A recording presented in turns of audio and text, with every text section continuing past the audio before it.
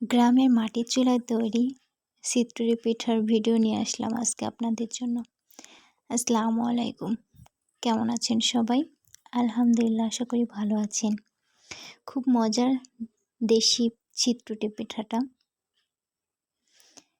এটা সকালের নাস্তায় বা বিকালের নাস্তায় অথবা অতিথি আপ্যায়নে খুব সহজেই তাড়াতাড়ি রেসিপিটা তৈরি করে নিতে পারেন সবাই।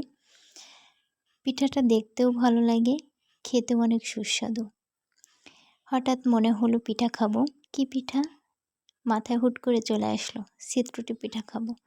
মাকে বলা মাত্রই আমরা দুজনে এটা তৈরি করার জন্য রেডি হয়ে গেলাম।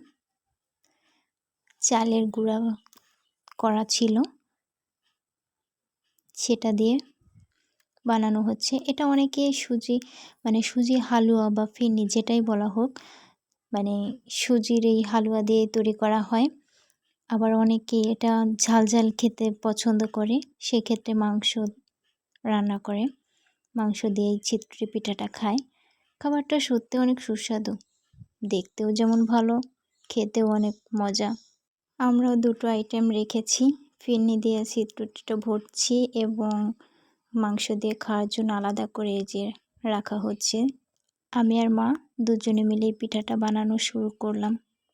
পিঠাটা ছিটিয়ে ছিটিয়ে বানানো হয় তো, যার কারণে চুলার চারপাশে লেগে থাকে। বুঝতে পারবে সবাই যে আজকে এরা পিঠা বানিয়ে খেয়েছে।